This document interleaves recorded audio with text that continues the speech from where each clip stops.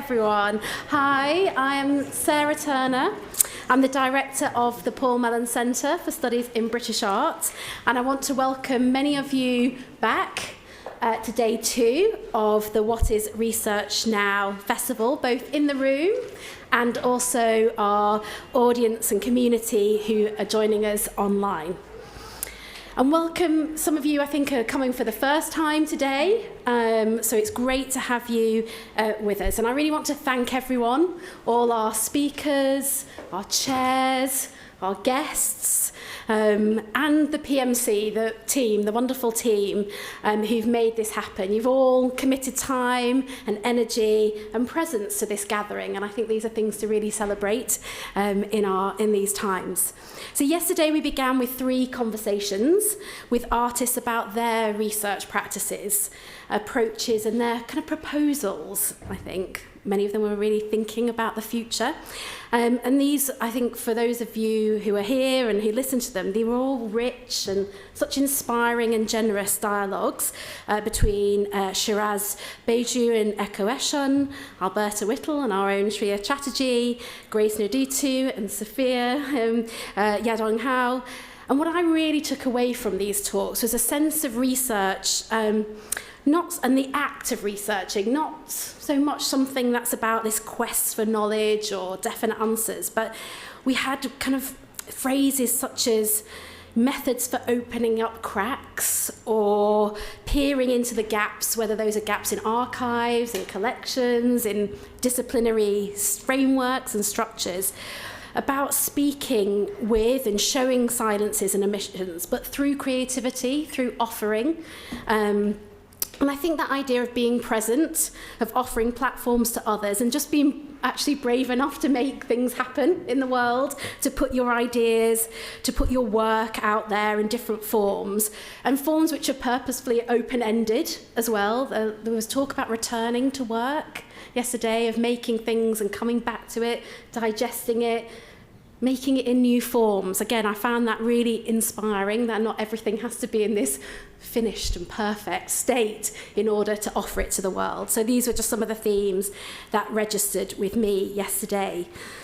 And I think in these sort of challenging times, let's use that euphemism, that we find ourselves in, I think probably all of us who are here at an event like this are asking ourselves quite regularly, why do we do what we do?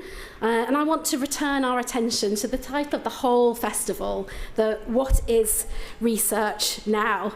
Shreya has always insisted to me on this question mark, big question mark. That's the purpose of why we're spending time together. So why, not even just what is research now, but I think why research now?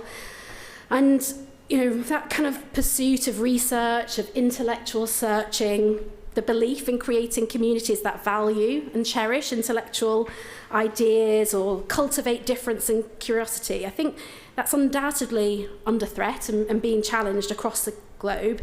And often research centres, universities, museums, galleries, in some quarters are characterised as these kind of elite bastions or ivory towers as somehow something that's luxury, not of our everyday world. So I want to return to this big question of what is research now and why research now? And recently, I don't know, maybe some of you share this, I often turn to authors or poets or writers that kind of have guided me through various moments in my life. And I've been rereading Audre Lorde's essay Poetry is Not a Luxury, and I just felt the power of these words.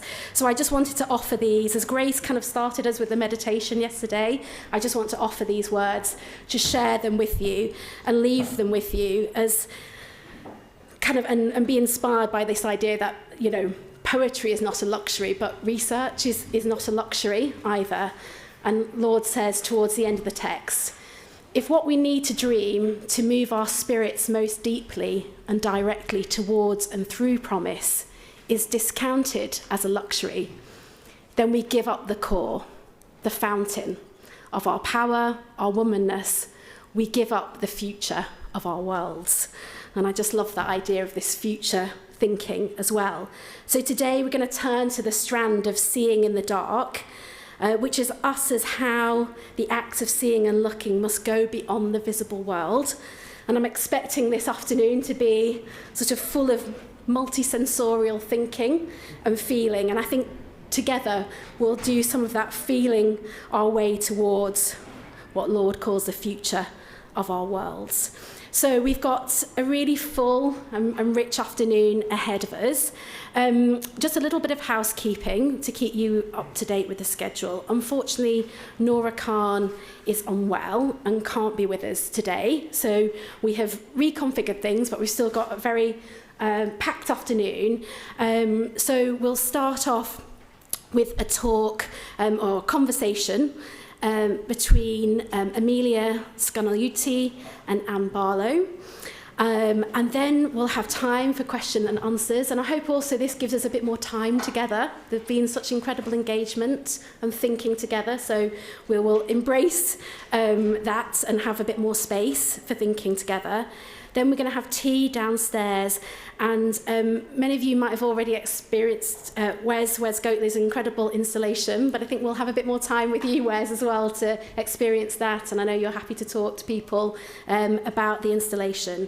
And then we'll return up here at 6 o'clock for Nick Mertzov's talk, and then we'll end with refreshment and dinner, which is becoming one of the, I think, most anticipated parts of these events, because again, I think the idea of nourishment, of feeding ourselves both intellectually and physically, is so important. So these spaces where we have time to share food, as Shreya said yesterday, that kind of moment of gathering and conviviality is so important in why and what is research now. So without further ado, I'm going to hand over to a dear colleague and friend of the Paul Mellon Centre, Anne Barlow, who's director of Tates and Eyes, and Anne is going to introduce the next section and be in conversation with Amelia. So will you join with me in giving them a very warm welcome to the Paul Mellon Centre?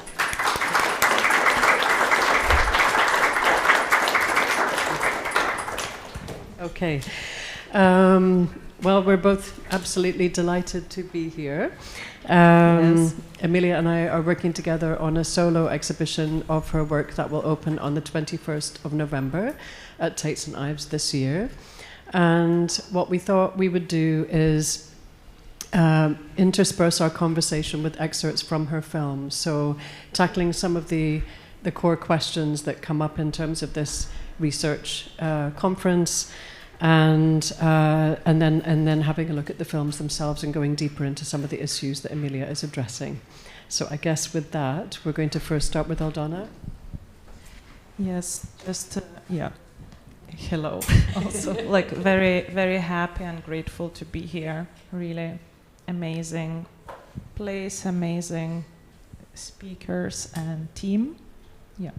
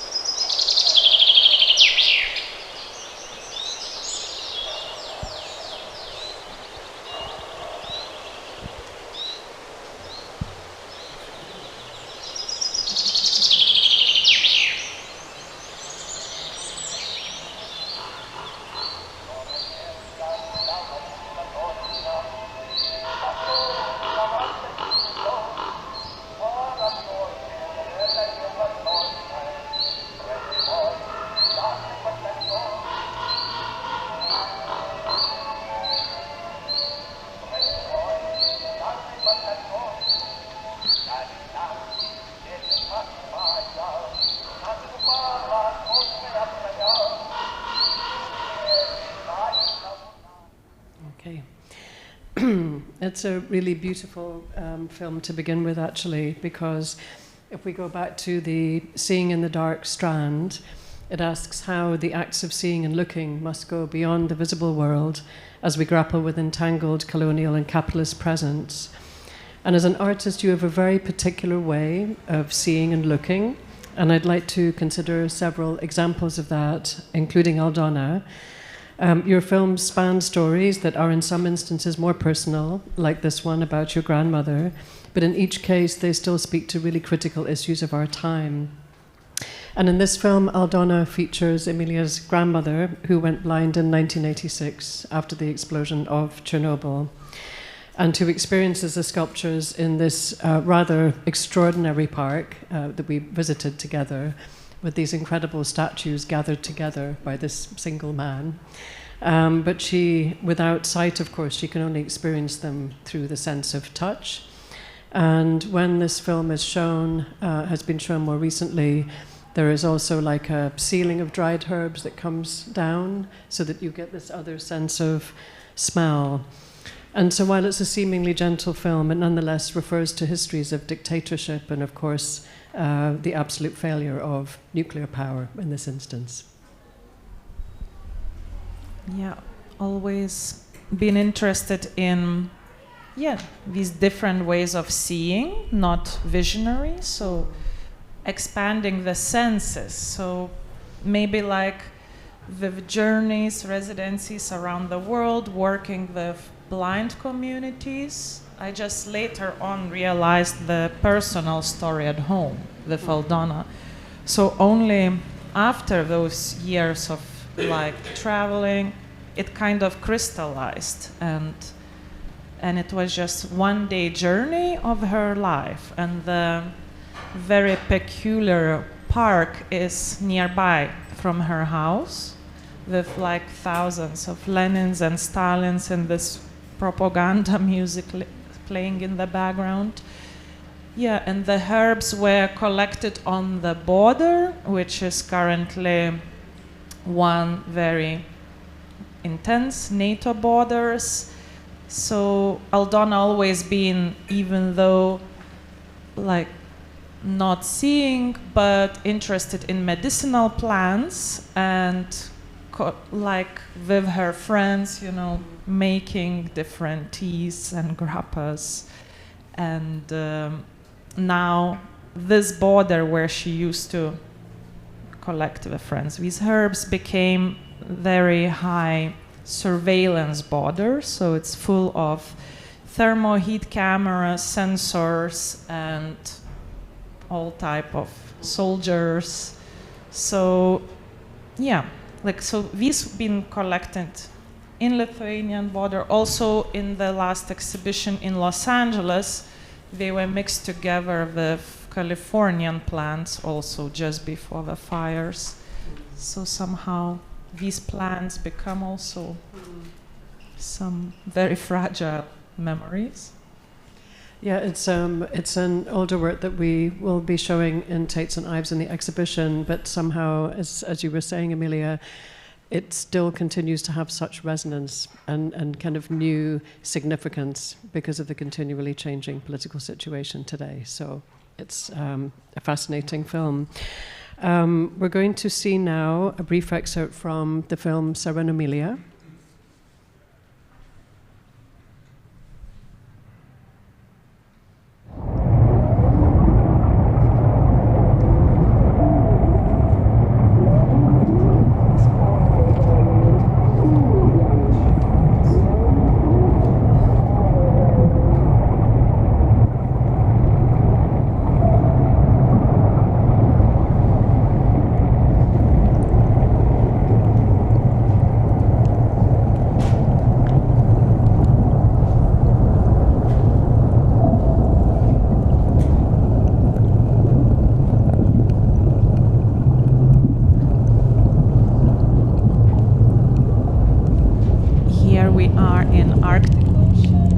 Tromsø, northern Norway, and this used to be a NATO submarine base where British and American submarines used to be docked. So here we see the gate where the submarines would enter.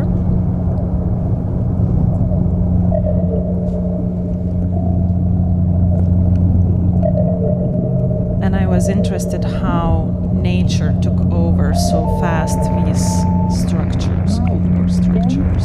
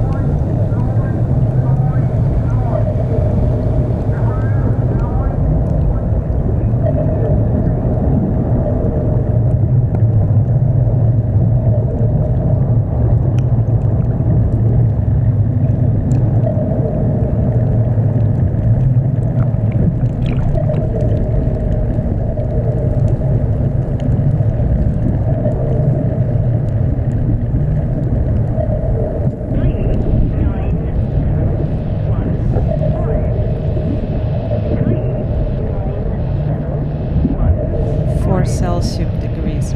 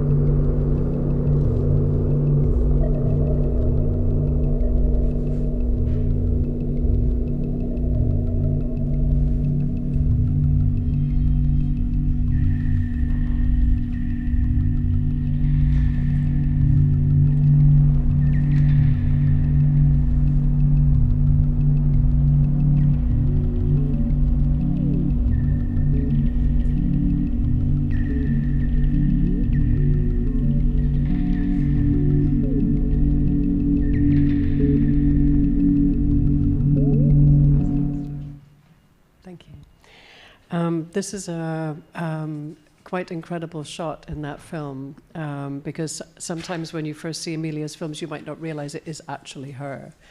And so one of the things I wanted to ask more about was this, you do have this kind of like really, it's your own embodied research practice where you immerse yourself in these environments, often in this kind of hybrid human form. And, for that you've had to undergo really strenuous training, to expand the capacity of your lungs. You put this particular, kind of outfit on, and you've learned how to swim, using this tail, and then swim in, disused submarine lanes. I mean, it is utterly extraordinary, and often in the depths of cold. So there's a real commitment there to a kind of research practice, if you like, that uses your own body as part of that. Yeah, maybe thinking about measurement and scale. So also in Aldona's film, Aldona is measuring and walking through this like dictatorship, kind of scars and remains, and measuring them with her body. Mm-hmm. Same in Sirenomelia, somehow continuing those Cold War myths and mythologies. I wanted not only to depict that place, of course it started always, site-specifically, but more to look and have a guide, a mythological guide. So through someone else's point of view and some hopefully non-human point of view. It's like maybe not so far, can always get, but just try to imagine different points of view. So training, filming, free diving, apnea, and was really like physically straining activity that was still back during the studies in Norway in Arctic Circle. But that those colossal structures and the scale and somehow this linear progress of building more and more and more these structures that once used stay like scars, and how they would look like from future archaeologists' perspective once found. Like what questions would rise, like what was the religion, what was the beliefs, why did you need this? So trying to scale it with own body. And this idea of scale is, I think it's really very visible in your work, because often you might film or imagine a vast space, interior or exterior space, and that at the same time, the way in which you film, it focuses our attention on the minutiae, and you kind of fluidly go from one to the other, from the macro to the micro. And in one of the films, Mirror Matter, there's this incredible moment, which hopefully we'll see, where you're inside a neutrino observatory. It's one of the most incredible, vast spaces. And at the same time, it's there to measure something almost infinitesimal. It's like one of the tiniest, things on Earth in the form of a neutrino. So it is something that is, I think, very striking, in your work, which is the ability to flow from one to the other. So now we can enter to the chamber T1.5. It's an excerpt of one of those colossal structures in the film. This is actually Lithuanian nuclear power plant. But maybe we can go to the seconds.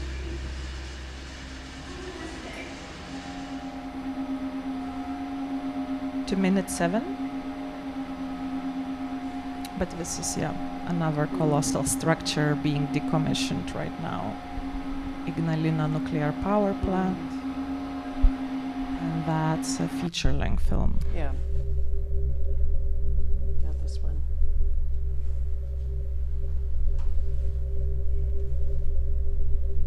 These are 13,000 photomultipliers, and it's a cylinder, 1 kilometer deep, underground in Japan, in order to have like more cleaner data.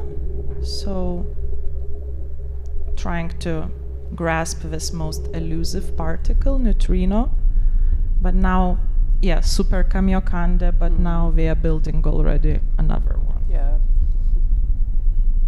So of course, first time immediately wanted to swim here. but was hard to reach the site. It's also part of a practice a lot to reach the scientists, to knock the doors constantly, endlessly. So in this case, it's 3D generated from blueprint maps, but still hopefully one day. Like with CERN, I was knocking at the doors, I don't know how many years, so. But somehow you got in, which but, always but not through the residency. No, somehow. No. So I wanted to shift attention now to your interest in the ecological destruction caused by industrial processes and climate change. And you have made a number of films around aphotic zones and other parts of, bodies of water that have been very negatively impacted by those things. And what's interesting is that you often also use the kind of trope, if you like, of mythology. And, having studied, for example, Maria Gimbutas, a Lithuanian anthropologist who interpreted the prominence of goddess in Neolithic symbols and sites, it's kind of intriguing because through the eyes of these goddesses or these mythological creatures, you're also introducing another perspective, a perspective that is not human and it's not necessarily rational, and it brings in this idea of it's something that's more than human time and a figure that maybe has been traversing time, and you're not quite sure if the person is from the past, the present, or the future, and that it's a really intriguing kind of feeling that comes from that. And whether it's the figure of the siren, alerting you to what has already happened, but the catastrophes to come, for example. Maybe like we can watch excerpt of Aqualia. Mm-hmm. So it's from the trilogy, Aqualia, Riparia, Serenomelia. Mm-hmm. And here we are at Encontro dos Águas, Meeting Waters. It's in Manaus, Brazil.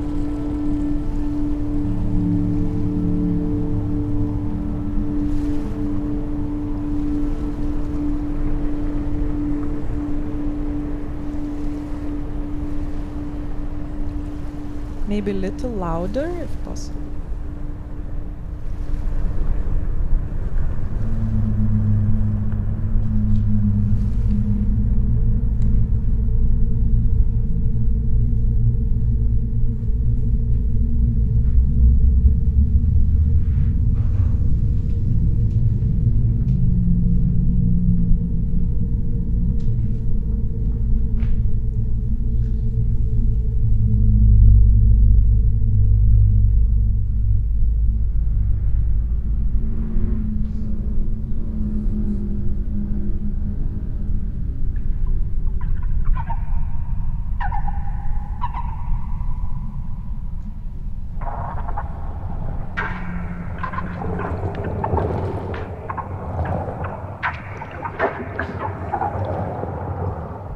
During filming, Rio Negro was already so hot. Just for this shot, it was just like jacuzzi, like was uncomfortable to be, because it's like this dark water and shallow somewhere, so attracting a lot of sun. And it has all this bio debris, rotting leaves. And for example, in this shot, I didn't know the dolphins were following. So maybe protecting from anacondas, piranhas, and alligators. And I wanted a wide shot, so I asked a local drone operator, he was from Manaus, to sit very far in a boat. So if something happened, he couldn't do anything. Can you describe exactly where you're swimming in terms of the confluence of these waters? So, yeah, it's like over 6 kilometers of this confluence between Rio Solimões and Rio Negro. And due to viscosity and different temperature of rivers, we don't mix for over 6 kilometers. I was interested in the fractals and formation, and often always in Neolithic cultures, or like Gimbutas writes, like more sacred places, the confluences where this one of the biggest bodies of water being formed. Yeah. So an endemic botos, dolphins, but yeah. And now I think when we spoke about this more recently, the very sad thing is that this film was only made a couple of years ago, and the number of those pink dolphins has gone significantly down in just a very short period of time. Yeah, so extinction, so like just after Rio Negro was like totally disappeared, like connection between villages, the transportation, everything. Yeah. But you could sense it already. Like somehow, I don't know, these calls or ideas or intuitions come like that research comes, often intuitively or after visiting the sites, and then only after something happens. Yeah. Like with burial, no one talked about this Lithuanian decommissioned plant. No one funded the film.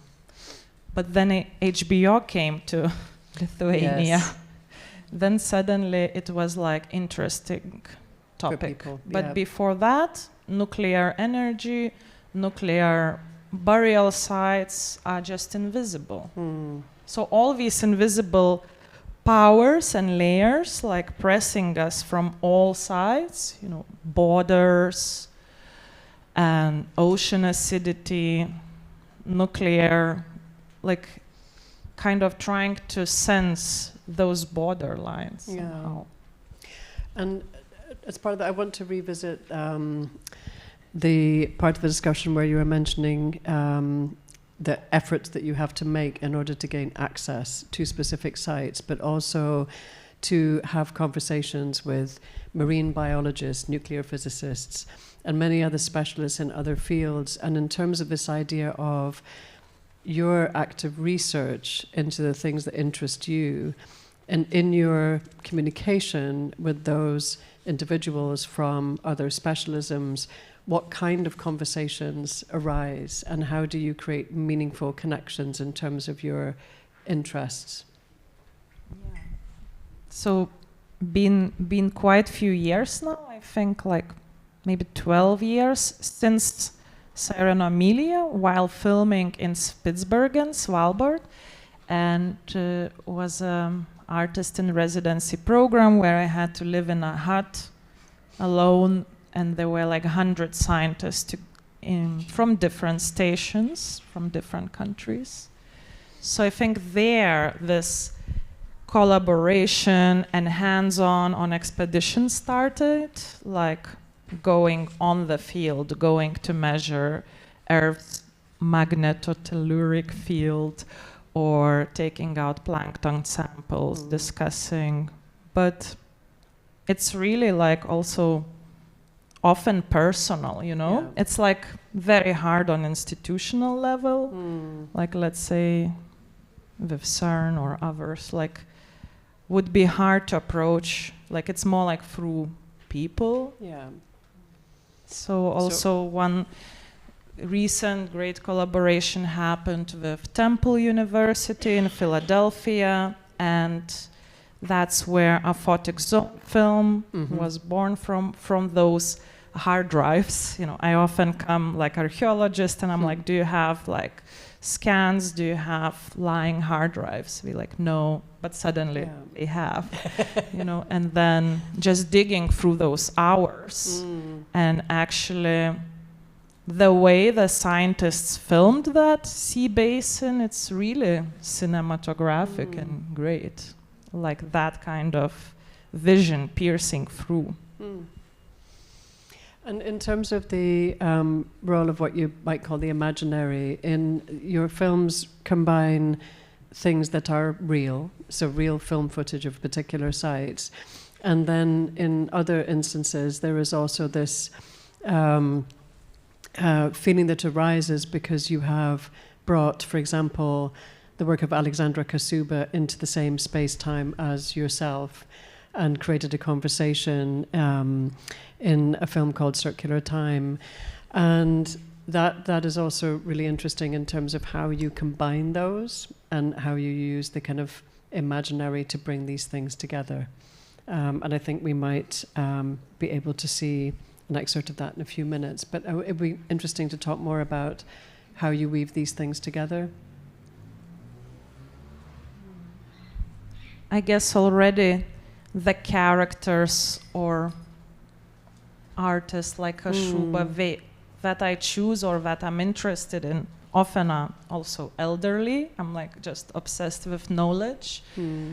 but also very strong visionaries already in their vision. So Kashuba was like revolutionary in her architecture, models, sketches, landscape projects. So she's pre-seen kind of these science fiction scenarios or habitats, more like social living together. So choosing already those strong visionaries and kind of emerging in their collages or visions. And it also relates to how you approach time itself, in terms of your films and in conflating these two together. And I think, I don't know if you have an excerpt from the film where Kashuba was speaking about that precise topic. Here it's from Kashuba's diaries. She published this book with 7 different types of time.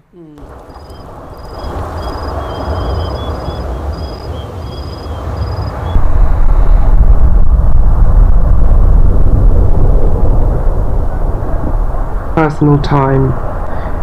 In personal time, I sense a clock ticking inside me, a multitude of hands rotating on some universal joint at various speeds. Each hand is wound up to last for a specific duration, each ticking away the allotted energy to its built-in exhaustion. The clock urging me to pursue this pursuit. Whether during that allotted time the engagement comes to fruition or falls short of it, the clock strikes the appointed hour and the pursuit stops holding my attention. In this slot of time I do not fuss with external events. They knock me about anyway. Instead, I look for changes that recommend themselves and use them to hitch a ride. Whatever the results on the path of least resistance, I gravitate from change to change as from magnet to magnet. In personal time, change is a vehicle that takes me into the future. While the past takes care of itself, clocks account for the durations of events that shape my life.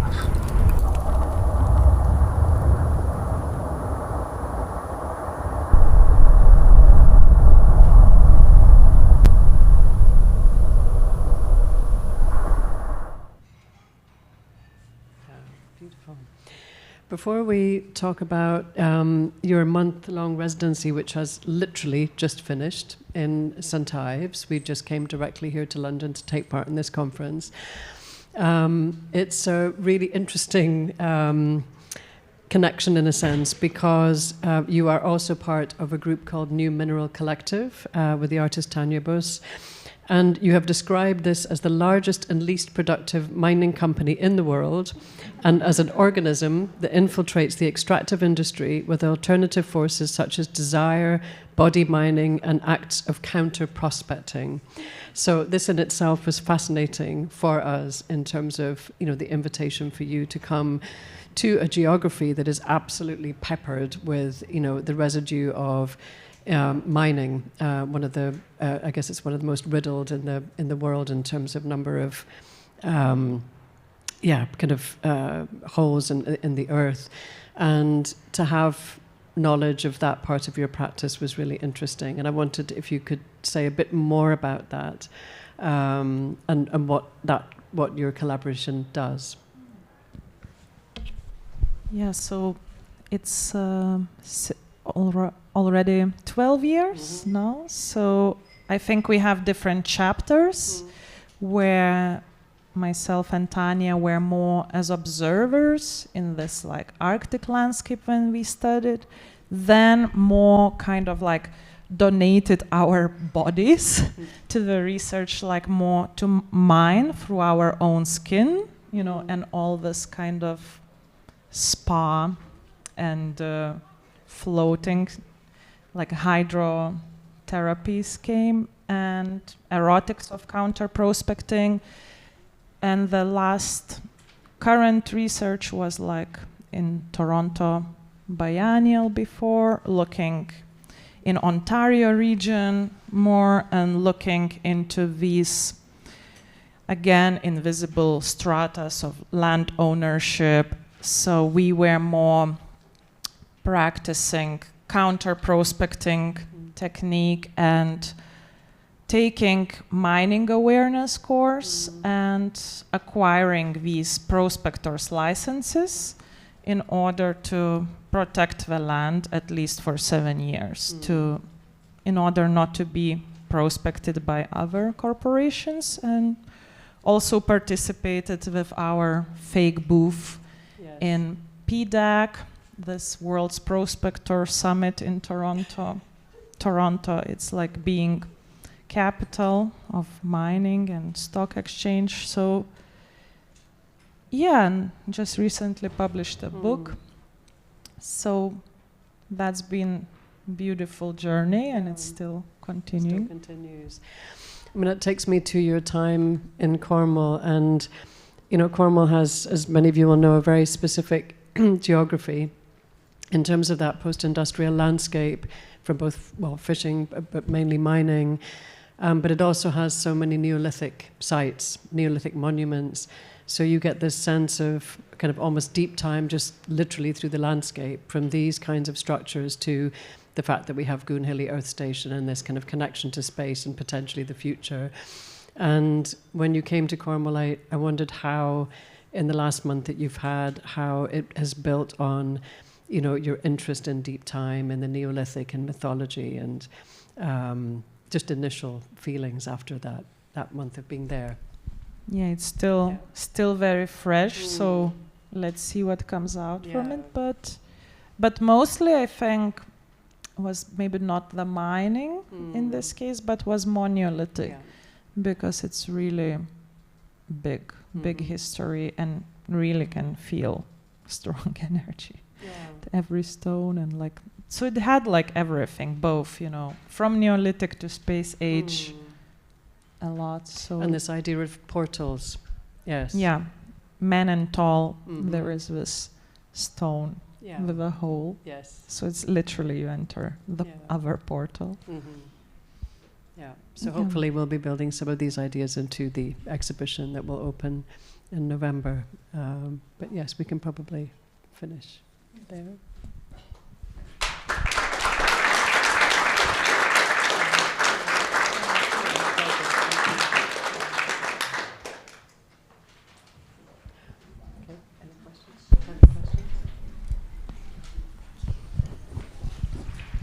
Thank you so much. I wanted to ask a bit about your relationship with the media of film, and specifically with display. I think when I first saw Footsteps, it was an exhibition at the Centre Pompidou in Paris, and it was almost glitching. Like, you could really see the Super 8, like 16mm quality of the film on this analog TV.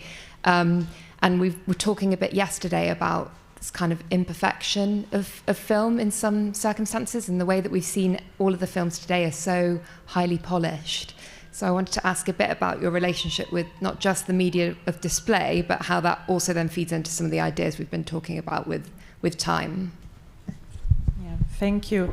So I think I like to be to have these different visions, you know, so both, not to forget the analog. So like filming Aldona, I had both cameras. So I had 16mm, but also digital. So the excerpts that we seen of Aldona touching the sculptures here were digital. The one at Pompidou was very dreamy handheld, like 16.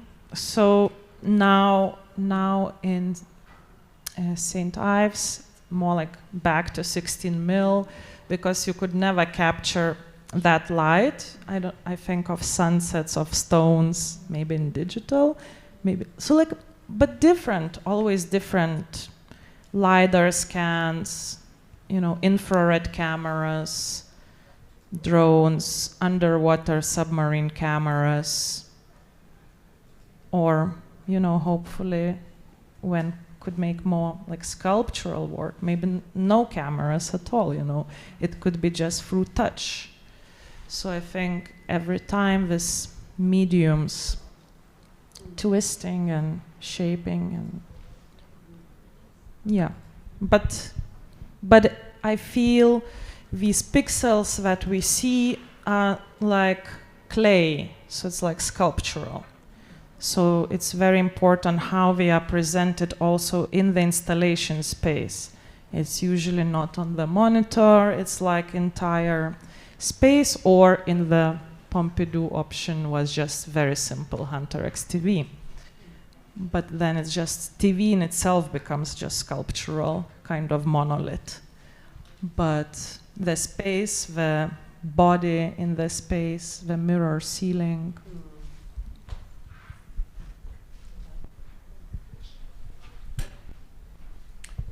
Thank you for that. I hadn't seen your work before, so it was real revelation. And drawing or trying to draw a connection, I don't know if you were here yesterday, but there was a lot of conversation and a lot of film that was sort of diving into the archive. And I was just thinking about what artists do in the archive, but also in the ocean, using that idea of dive. It is to bring attention. You know, because the oceans and the archives, in a way, are endless. And that act of bringing attention, and then with you literally kind of feeling or listening to the earth,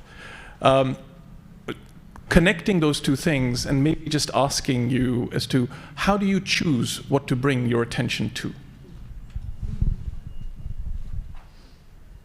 Yeah, I think many things comes also like not logically through intuition. Like let's say in this feature-length burial site, we have Etruscan necropolises, they like outside Rome. We have Lithuanian nuclear power plant. We have Napoli sunken cities. But somehow in my narrative, they all connect, you know? So it's a collage of telling story, how it just like comes sometimes visually. Like let's say I was imagining this Lithuanian future nuclear burial site, 3D models and projects. They want to build a dome with a green grass where everything will be like buried, and then tourists can visit this green grass with nothing left. So I was like, okay, I have two options, or to generate CGI, imaginary, how it will look after, or to look to the past. So these Etruscan domes and burial sites, these endless necropolises. So in a way, just these connections, or those big underwater archives. It's just terabytes and terabytes of data, and then maybe looking at them, sculpturally or, cinematographically also, like selecting, like the speed, the rhythm. Yeah. Thank you for question.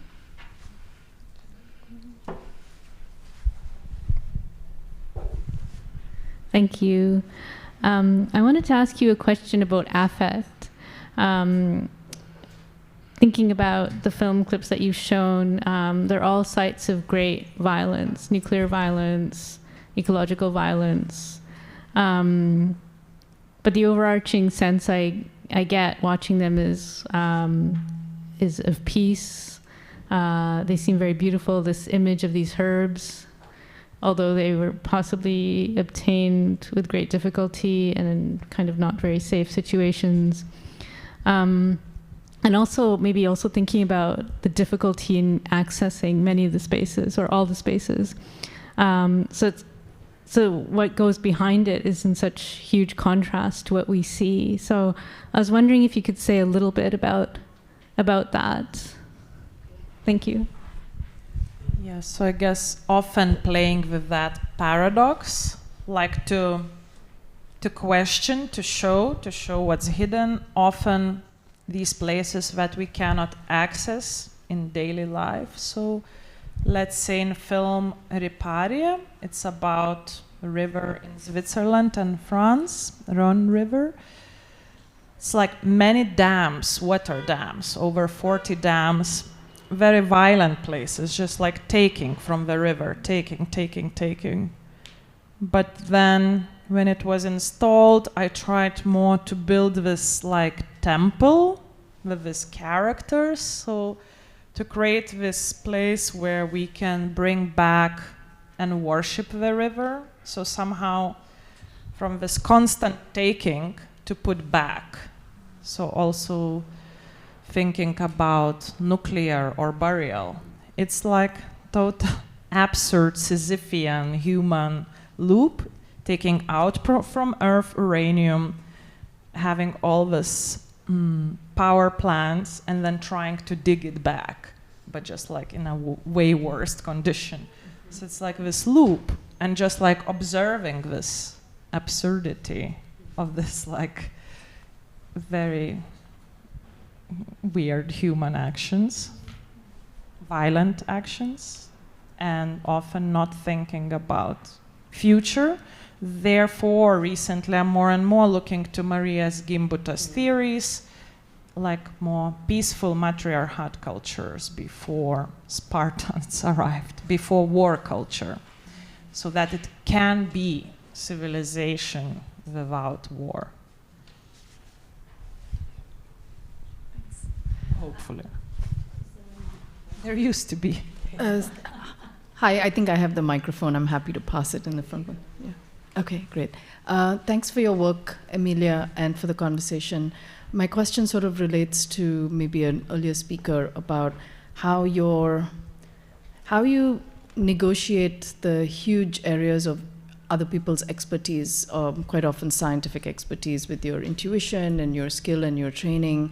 Like mining, nuclear, climate, biodiversity, and these things. How do you navigate those spaces and kind of, even before finding the narrative or the story or what touches you, how do you even enter something that's so specialized? Thanks. So I think there are like periods and chapters. So for 7-8 years was like nuclear. So mostly that. So, yeah, like just that example, let's say here, Ella Carpenter or nuclear culture, this group been helpful with the research, like a lot of research, and how to navigate. Yeah, how to navigate. I think to have different points of view, and also to have a little bit this like spy attitude. So often in mining companies with Tanya, we had to go as like geology students, not as artists, and then to see how Statoil are recruiting all the geology students, and how it's becoming not geology, science of earth anymore, but science of oil. So it was like kind of being on the border, being like on the edge, and trying to navigate it with as much as possible, conversations and scholars, and but would like to be more, I think, more in academic world now, I think. Because it starts, like let's say with Hypoxia film in Baltic Sea. It's a film for a biennial, and then you have just 1 year, but then you start the research, you deepen it, you build the connections, and then 1 year is over, but that's only when everything started. So in a way, it works better when it becomes more like this feature length, almost 5-7 years. Then you could look deeper, I feel. Oh, thank you. I just wanted to say what an incredibly life-affirming experience I've just had looking at these works, which I've never seen before. So it's been fantastic to see them.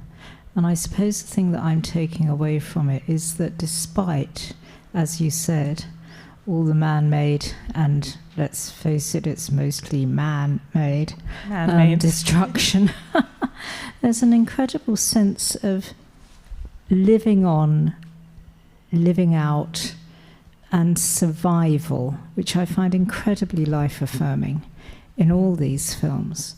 And I applaud that, because so much is negativity nowadays, but actually it's given me a great sense of things will continue, nature will reclaim. And, you know, hopefully your idea of a female-led revival will win out. I certainly hope so. Thank you. I think that's in Siren Amelia, also the ending of the film. After the mutation, after the evolution, adaptation, in Siren Amelia, she like swims off the screen, but in a way, maybe with some hope, you know, that we can adapt back to where we came from.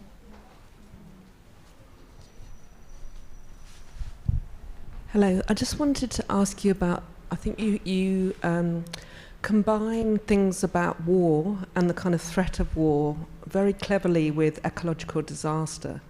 And I think there should be more work about this, actually, because I think we're having wars all over our world. Palestine, Ukraine, enormous, as well as the people cost, enormous ecological disaster. I don't know if anyone's looked at the figures, but it is incredible. And you come from Lithuania, which has got that big border with the Soviet Union. I've just been working in Helsinki, and I'm working in Oulu in Finland, which has also got a really big border. And people are concerned on these borders. And as you say, they're building up the weapons. So I just wanted to ask you about that kind of relationship, how you navigate between, because what's so powerful about the mermaid is we're all thinking of the being, you know, the life force there in a situation of war. You know, we're in a nuclear bunker, so a nuclear base. So I just wanted you to say a little bit more about how you navigate those two things. Yeah, maybe been navigating more recently, more with Ukraine themes. So I feel, also, trying to talk about these things that they like really raises questions somehow. So currently Burial is at MoMA PS1, and I left the text, you know, in support to Ukraine. Like just, I don't know, like I feel I'm happy that it's now there in this situation currently in United Snakes. So it's more like just looping there and like, you know, raising the questions, making aware. You see the sides. So, but I don't show so much like humans, but you see the structures, you see the scars. So navigating more like silently, questioning things.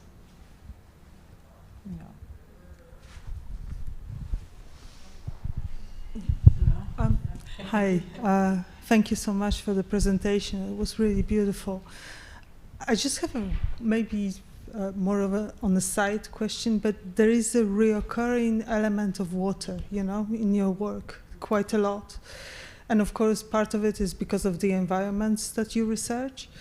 But I don't know whether I have a right intuition, but part of it, it seems that it's because water itself is so liminal, you know? It's tangible, but it's dispersed.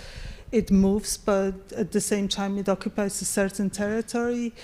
You know, it's life-affirming, but it gets completely toxic due to the, human interactions. But it also, for me, it feels like it has this connection with the Neolithic theme that you're interested in, you know? So I was kind of wondering about it, you know, like about the mermaid persona as well, that you inhabit and embody. Yeah, well noticed.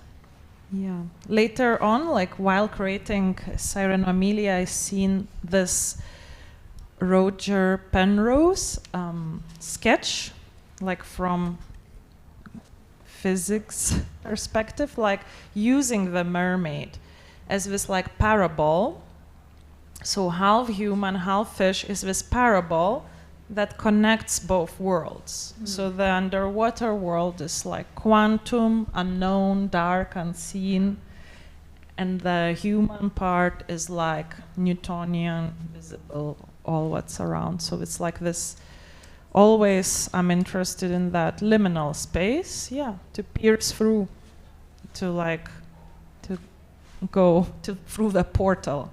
So Neolithic portals, water portals, or like while training currently in apnea, free diving, there is this mammalian effect that we still have. So once our face touch water, like even in a water bowl, then immediately like brain rewires and has this mammalian effect, and it closes the glands to protect. So and different kind of state of calmness comes. So it's like already entering another portal where even a thought, uses oxygen.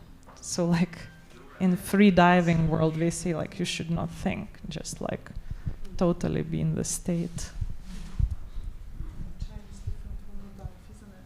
The sensation of time changes when you dive, right? And sound. Yeah.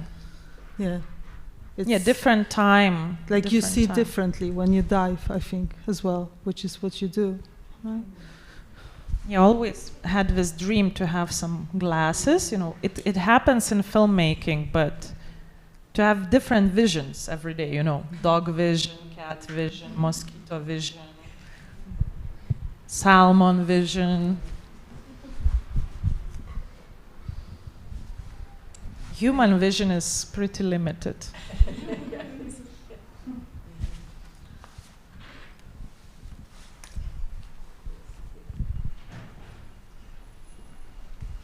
I think you already answered my question. I was going to ask the choice of this character, the mermaid. I think you already answered.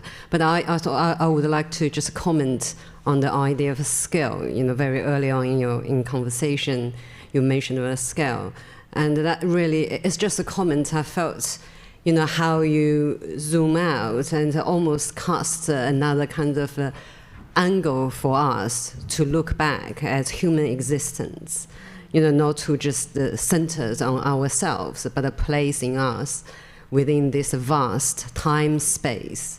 I thought that's quite interesting. It's kind of a critical eye casted back onto us and how we make decision to be with the world. I thought that was really beautifully done.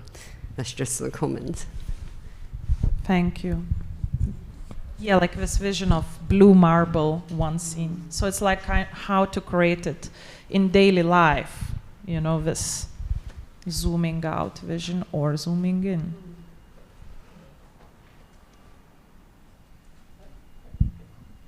Thank you for your patience. Thank you, Anne. Thank you, Amelia. Thank you, Paul Mellon.